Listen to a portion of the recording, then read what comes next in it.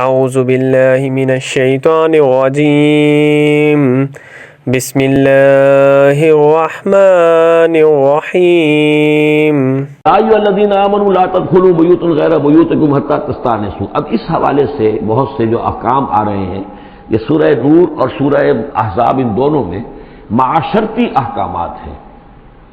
معاشرتی احکامات میں خاص طور پر وہ جو ایک آیت آئی ہے سورہ بنی اسرائیل میں، وَلَا تَقْرَبُوا الزِّنَا إِنَّهُ كَانَ فَاحِشَةً وَسَاءَ سَبِيلًا۔ اس زنا کا سد باب کرنے کے لیے اسلام کے معاشرتی نظام میں بہت دور دور تک اقدامات کیے گئے ہیں۔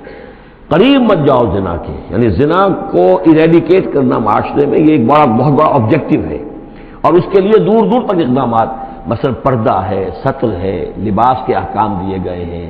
معاشرہ جو ہے ہمارا جو ہے وہ مکسڈ سوسائٹی نہ ہو، مخلوط معاشرہ نہ ہو، مردوں کی ذمہ داریاں علیحدہ ہیں، عورتوں کی علیحدہ ہیں، معاشرہ جو ہے سیگریگیٹڈ ہو، مردوں اور عورتوں کے درمیان اختلاط نہ ہو۔ یہ ساری چیزیں کس کے لیے؟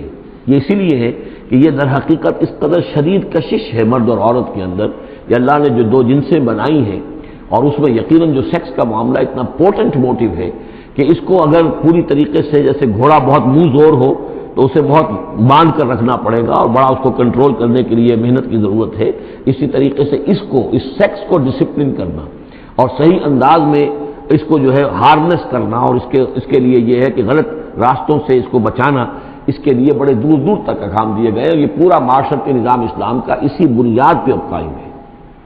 اب اسی میں سے مثلاً یہ گھر کی پرائیویسی بھی ہے۔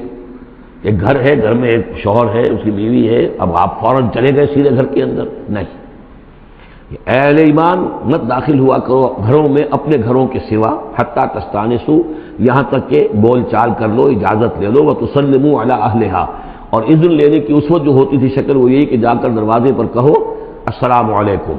معلوم ہوا کہ کوئی صاحب ہیں کہ جو آئے ہیں، ملنا چاہتے ہیں اور اندر آنا چاہتے ہیں۔ اب اس کے بعد یہ کہ وہ اپنی آئیڈینٹی دیں اور پھر ان کو آنے کی اجازت دی جائے، یہ نہیں کہ بے دھڑک چلے جا رہے ہیں۔